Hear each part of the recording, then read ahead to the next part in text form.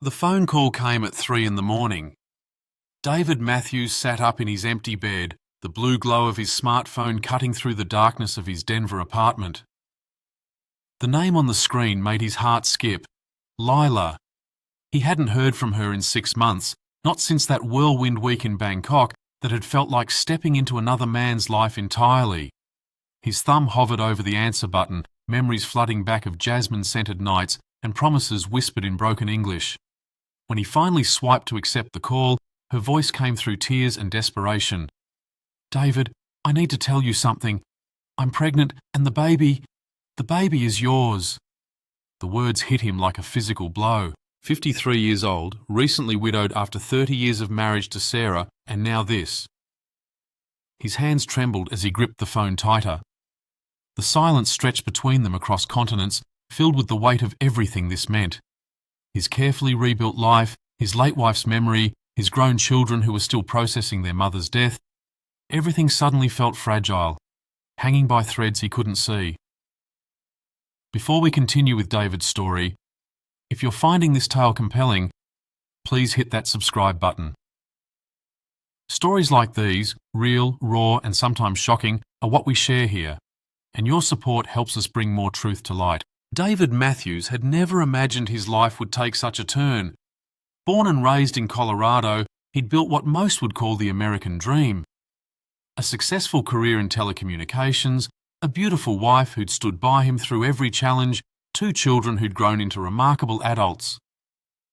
Sarah's battle with cancer had lasted 3 brutal years, and when she finally lost that fight, David felt like half of his soul had been ripped away.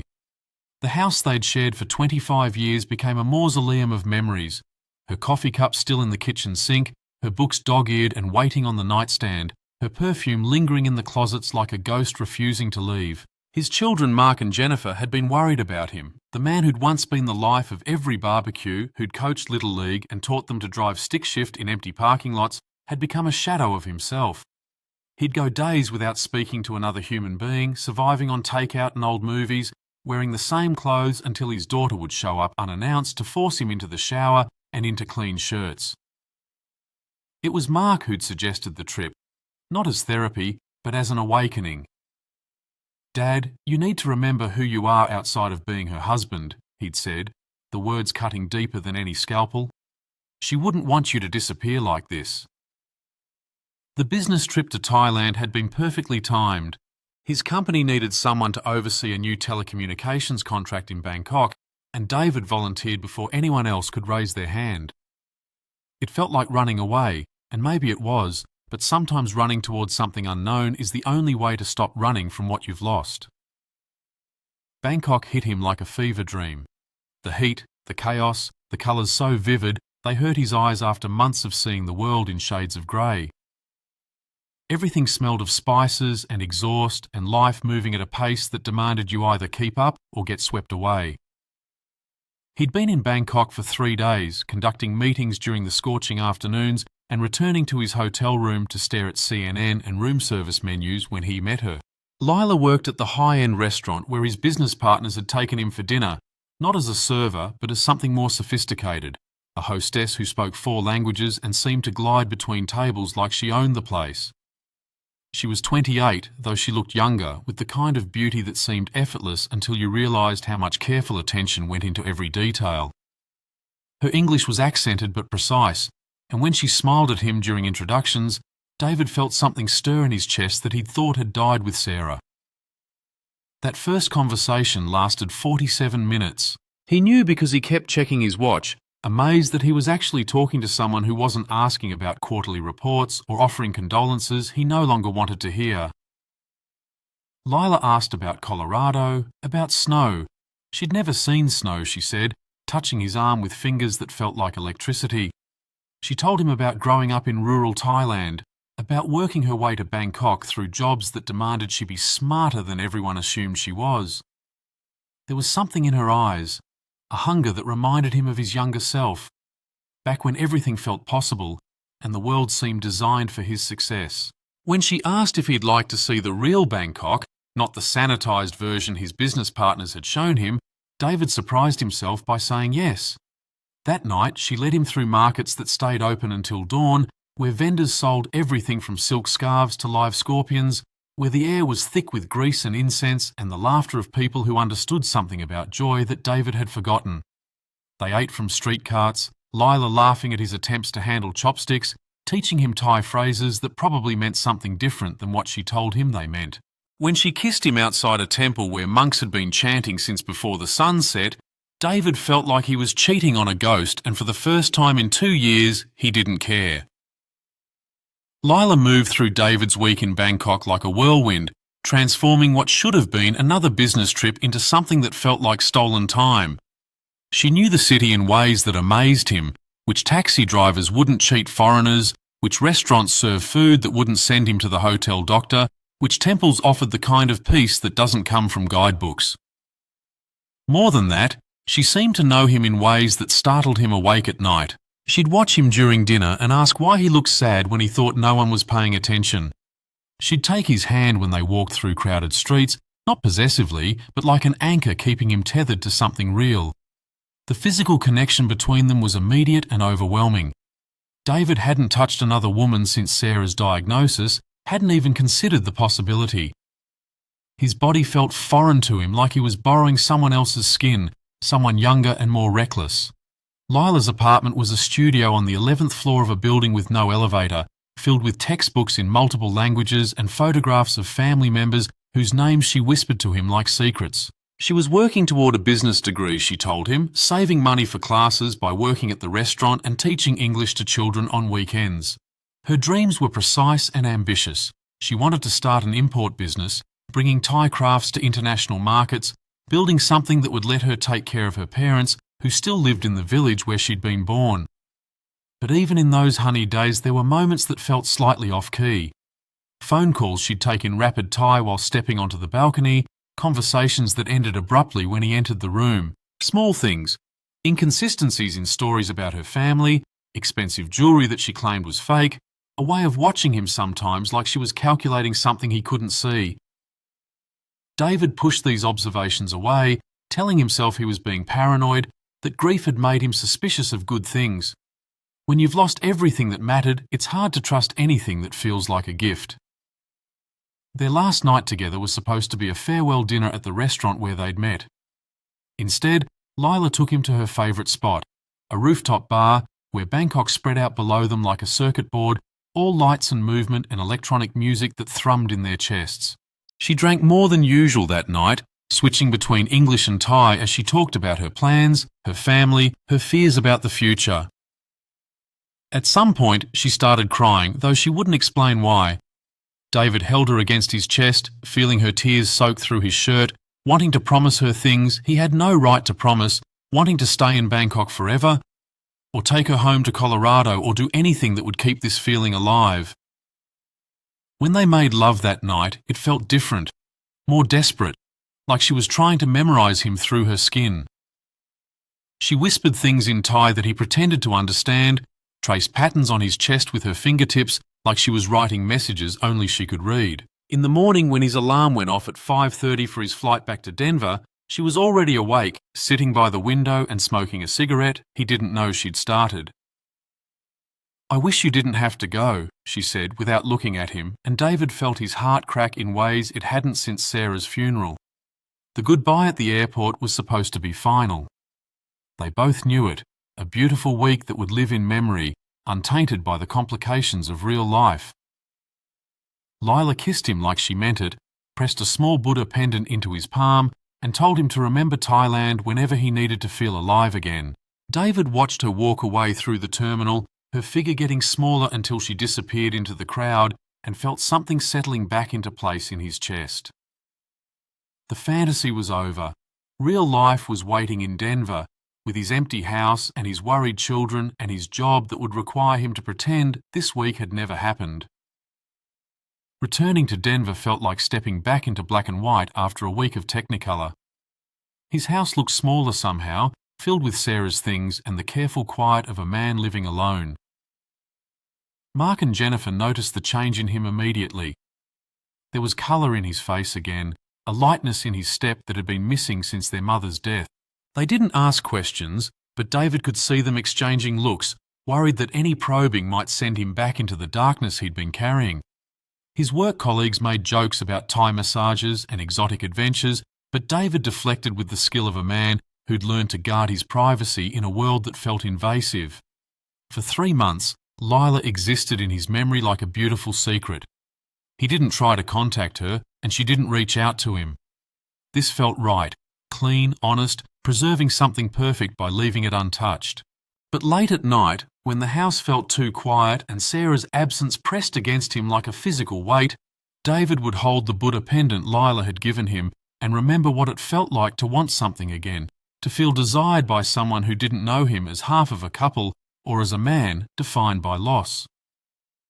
Then the messages started.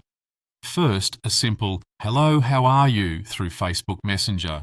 Then photos, Lila at work, Lila visiting temples, Lila with friends whose faces he didn't recognise. Nothing demanding, nothing that crossed lines, just gentle reminders that she was still there, still thinking about him. David found himself looking forward to these glimpses into her world, responding with careful messages about Colorado weather and work projects, maintaining the fiction that they were just friends who'd shared a pleasant week in Bangkok. The escalation was gradual enough that David didn't notice it happening. Lila's messages became more frequent, more personal. She started calling him late at night, Thailand time, which meant early evening in Denver. She'd tell him about problems at work, about family issues that required money she didn't have, about dreams that felt increasingly out of reach. David found himself offering advice, then emotional support, then small amounts of money transferred through Western Union for emergencies that always seemed urgent and legitimate. Her father needed medicine, her motorbike had been stolen, her landlord was threatening eviction. Each request came with apologies, with promises to pay him back, with explanations that made perfect sense in the moment. David told himself he was helping a friend, that the amounts were small enough not to matter, that he could afford to be generous with someone who'd given him back pieces of himself he'd thought were lost forever. What he didn't admit, even to himself, was how good it felt to be needed again, to be someone's hero instead of someone's burden. The pregnancy call changed everything. Sitting in his dark bedroom at 3 a.m, listening to Lila's tears through international static, David felt the careful walls he'd built around his new life crumbling in real time. She was 8 weeks along, she said, and she was scared. Her family would disown her for having a child outside marriage, especially with a foreign man. She couldn't afford to raise a baby alone in Bangkok, couldn't continue working through the pregnancy, couldn't face the shame of returning to her village. The math was simple and devastating. Their last night together, her tears that he'd attributed to sadness about his departure, the desperation in her touch that had felt like passion but might have been something else entirely. "I didn't want to tell you," Lila sobbed through the phone. "I tried to handle it myself, but I can't. I need help, David. I need you." The words hung in the air between them, weighted with implications that made David's hands shake. He was 53 years old, his children were adults with lives of their own, his wife was dead, and now this woman on the other side of the world was carrying what might be his child. The responsible thing would be to demand a paternity test, to ask questions, to protect himself legally and financially. Instead, he heard himself asking what she needed, how he could help, what they were going to do. I want to pause here for a moment. If this story resonates with you, if you've ever found yourself in a situation where emotions overrode logic, please hit that subscribe button and let us know in the comments. Have you or someone you know ever faced unexpected news that changed everything? Your stories help others feel less alone in their struggles. The transformation in their relationship was immediate and overwhelming. Suddenly, David wasn't just Lila's friend or former lover, he was her lifeline, her only hope, the father of her unborn child who lived thousands of miles away and had responsibilities she couldn't fully understand. Their daily conversations became planning sessions punctuated by tears and desperate declarations of love that felt both genuine and performative. Lila painted pictures of their future that were beautiful and impossible. David moving to Thailand, or bringing her to America, or finding some way to bridge the vast distances between their worlds. The money requests escalated with her supposed pregnancy symptoms. Doctor visits, prenatal vitamins, special foods that would keep the baby healthy, time off work that meant lost income. David found himself transferring larger and larger amounts, watching his savings account shrink as Lila's needs grew. $500 for medical bills, $1,000 for rent when morning sickness made it impossible for her to work full shifts, $1,500 for a security deposit on a better apartment where she could raise their child safely. Each request came with ultrasound photos that looked legitimate to David's untrained eye, with medical documents written in Thai that he couldn't read but assumed were authentic. His children noticed the changes in him before he realised they were happening. Mark cornered him after a family dinner where David had been distracted, checking his phone constantly for messages from Bangkok. "Dad, what's going on? You seem stressed about something." David deflected, claimed work was demanding, changed the subject to safe topics like sports and weather. But Jennifer was more direct, showing up at his house unannounced and finding Western Union receipts scattered across his kitchen table like evidence of crimes he couldn't name. "Dad, are you being scammed?" Jennifer's voice was gentle but firm, the tone she'd learned from her mother when difficult conversations couldn't be avoided any longer. David's first instinct was anger. How dare his daughter suggest he was naive enough to be taken advantage of by someone he cared about? But as he tried to explain about Lila, about their connection, about the baby they were having together, the words sounded strange in his own mouth. Jennifer listened without judgment, asking questions that David couldn't answer satisfactorily. How well did he really know this woman? Had he met her family, her friends, anyone who could verify her stories? Had he considered that someone might target recently widowed men who travelled alone to foreign countries? The seed of doubt, once planted, grew with vicious efficiency. David started paying attention to details he'd ignored before. Lila's ultrasound photos, when he looked at them closely, had dates that didn't quite align with the timeline she'd given him. Her medical documents were always photographed, never scanned, making it impossible to verify their authenticity. Her stories about morning sickness and doctor visits changed slightly each time she told them, small inconsistencies that might have been translation errors or memory lapses, but might have been something else entirely. The breaking point came 4 months after the pregnancy call. David had sent nearly $20,000 to Thailand, depleting the savings account he'd built with Sarah over decades of careful planning. He was starting to borrow against his retirement funds, telling himself it was temporary, that he'd figure out the financial details once the baby was born and he could make permanent plans. That's when Lila called with the most devastating news yet. She'd been in an accident, hit by a motorbike while walking to the doctor. She was in the hospital, the baby was in danger, she needed immediate surgery that wasn't covered by Thailand's medical system. The cost was enormous, $50,000 that would save both her life and their child's life, money that David didn't have but somehow needed to find. The desperation in her voice was so convincing that David almost didn't notice the detail that changed everything. In the background of their call, he could hear music, not the sterile quiet of a hospital room, but the bass-heavy pop music that had played in Bangkok's clubs and restaurants. When he asked about it, Lila's explanation was rushed and contradictory. She was calling from a friend's phone, she said, because her phone had been broken in the accident, but the friend was visiting her in the hospital, playing music to keep her spirits up. The story made sense on the surface, but something about it felt rehearsed, like dialogue from a play he'd stumbled into without knowing he was performing. That night, David did something he should have done months earlier. He hired a private investigator who specialised in international fraud, a woman named Patricia Chen who spoke fluent Thai and had contacts throughout Southeast Asia. "Mr. Matthews," Patricia told him during their first phone call, "I hate to tell you this, but what you're describing is one of the most common scams targeting Western men. The pregnancy angle, the medical emergencies, the gradual escalation of financial demands, it's all textbook. Give me 72 hours and a small retainer and I'll give you the truth you need to hear." The truth was worse than David had prepared himself for. Lila wasn't pregnant, had never been pregnant, and probably couldn't get pregnant due to a hysterectomy she'd had 3 years earlier after complications from a previous abortion. The medical documents were forgeries, available for purchase in Bangkok's markets for less than $50 each. The ultrasound photos had been downloaded from medical websites and doctored with fake dates and information. More devastating still, David wasn't Lila's only victim. Patricia's investigation uncovered at least 6 other Western men who'd received similar calls, similar sob stories, similar requests for money to save fictitious pregnancies. The amounts varied based on what each man could afford.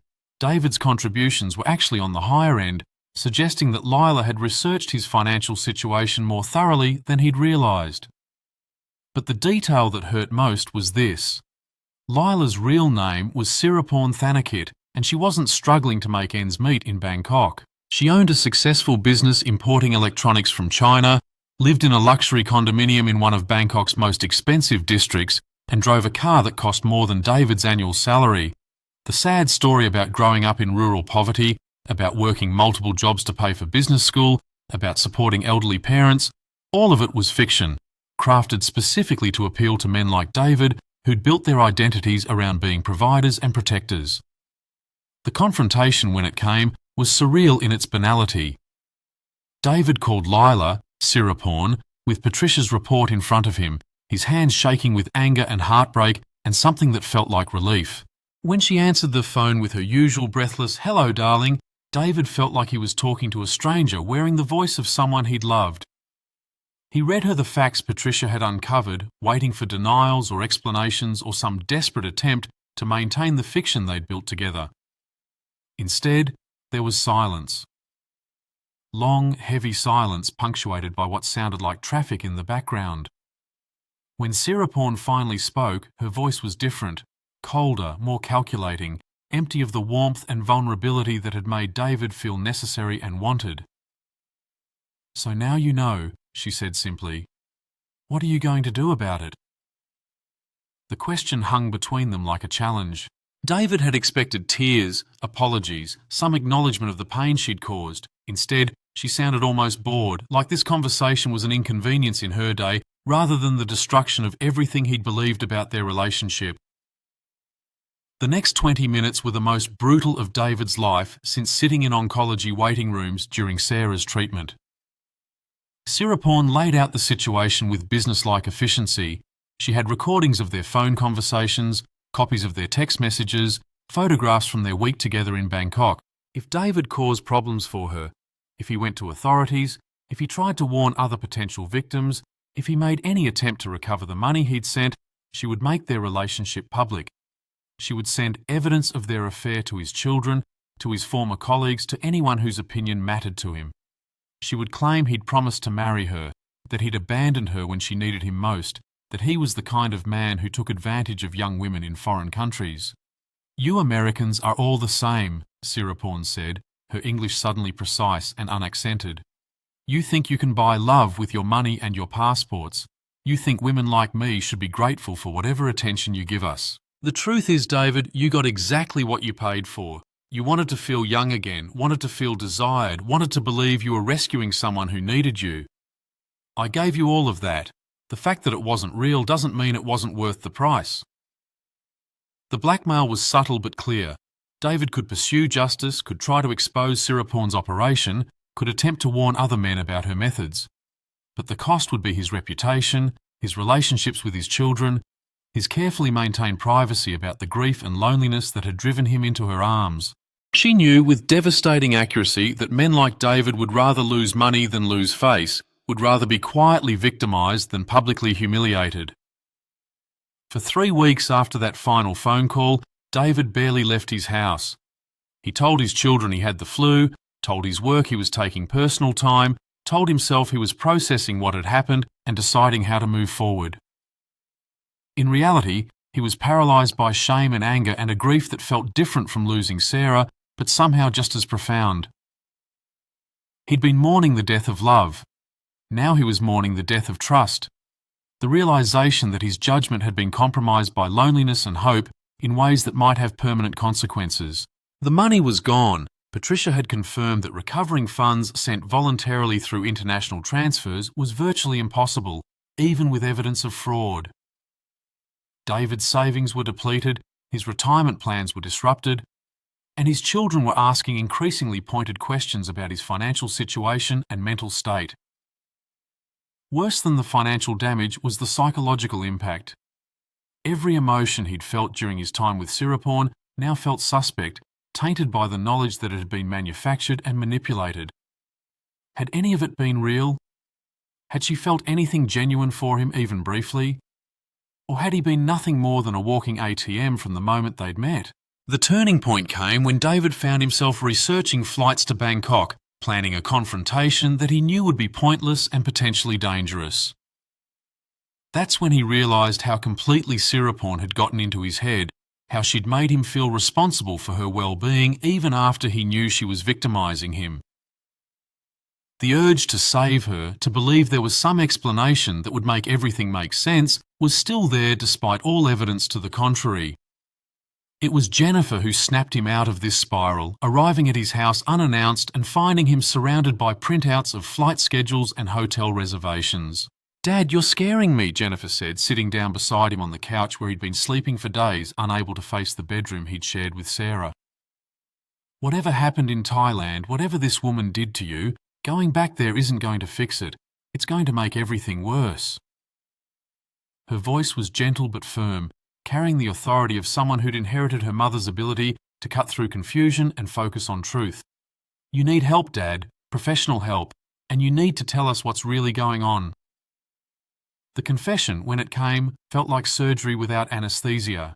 David told his children everything, about the loneliness that had driven him to Thailand, about meeting Siriporn, about the fake pregnancy and the money and the months of believing he was going to be a father again.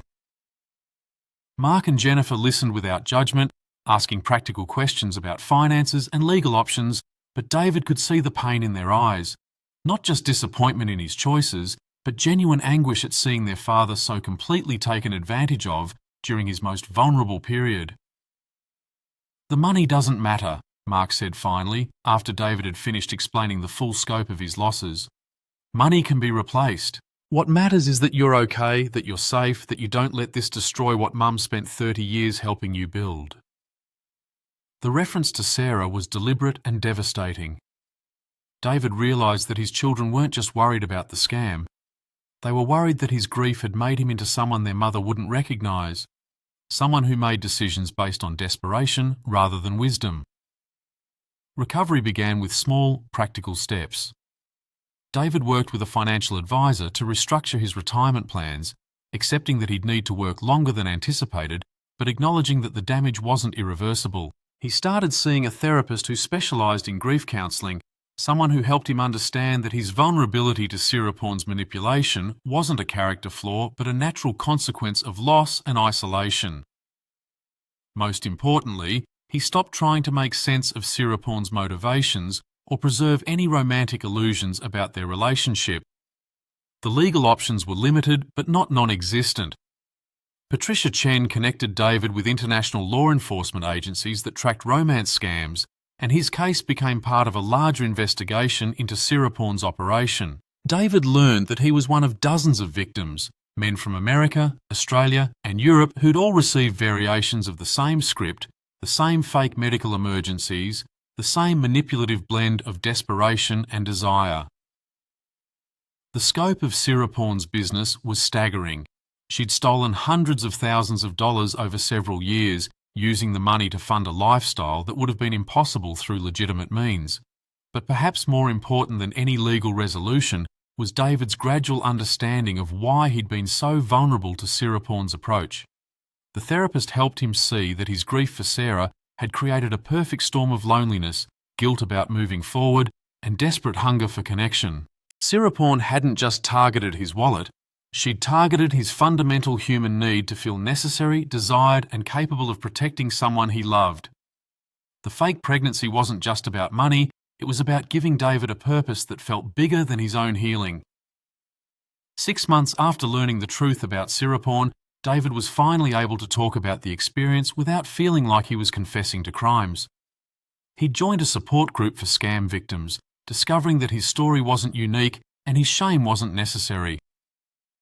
Men and women of all ages, from all backgrounds, had fallen for similar schemes. The common thread wasn't stupidity or desperation, it was basic human decency, the belief that love and need were real until proven otherwise. The support group was where David met Eleanor, a retired teacher who'd lost her husband 2 years earlier and had been targeted by a different kind of scam: fake military officers deployed overseas who needed money for emergency leave to visit her.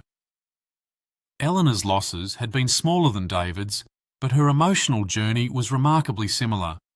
They bonded over their shared experience of feeling foolish, then angry, then gradually accepting that being victimised didn't make them stupid. It made them human. Their relationship developed slowly, built on honesty about their respective vulnerabilities and mistakes.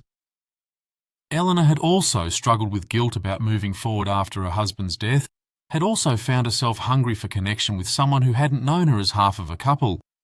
But their approach to each other was careful, grounded in reality rather than fantasy, based on shared interests and values rather than rescue fantasies or manufactured emergencies. A year after the Siriporn debacle, David was in a completely different place psychologically and financially. His retirement plans were back on track, his relationship with his children had deepened through the crisis, and his understanding of himself had evolved in ways that felt permanent and positive. He still thought about Bangkok sometimes, but not with the romantic longing that had made him vulnerable to manipulation. Instead, he remembered it as a lesson in the difference between authentic connection and skilled performance. The final piece of closure came unexpectedly. Patricia Chen called David 18 months after their first conversation with news that Siriporn had been arrested in Bangkok as part of an international investigation into romance fraud. She was facing charges that could result in significant prison time, and investigators had recovered evidence of her operations that spanned multiple countries and hundreds of victims. David felt no satisfaction in her arrest. By then, his anger had been replaced by something closer to pity for someone who'd built an entire life around exploiting other people's loneliness. The thing about people like her, Patricia explained during their final conversation, is that they're usually running from something too. The money, the lifestyle, the power over other people, it's all a way of avoiding their own problems. She victimised you, but in a weird way, she was also victimising herself. That doesn't excuse what she did, but it might help you understand that this was never really about you personally. Today, David understands that his experience with Siriporn was both unique and universal. Unique in its specific details: the fake pregnancy, the cultural differences, the sophisticated manipulation techniques. Universal in its basic elements: a lonely person seeking connection, a skilled predator exploiting that loneliness, and the gradual realisation that love and trust require verification as well as faith. He's learned to distinguish between being open to love and being desperate for it, between helping someone in need and being manipulated by someone who's made need into a weapon. His relationship with Eleanor is built on transparency rather than mystery, on shared activities rather than dramatic crises, on mutual respect rather than rescue fantasies.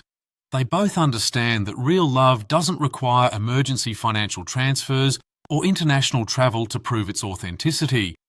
The money he lost to Siriporn has become, in David's mind, tuition for an education he never wanted but desperately needed. He learned that grief can make anyone vulnerable to exploitation, that loneliness can cloud judgment in ways that feel impossible until they happen to you, and that recovery from emotional fraud requires the same patience and self-compassion as recovery from any other trauma. Most importantly, David learned that his children had been right from the beginning.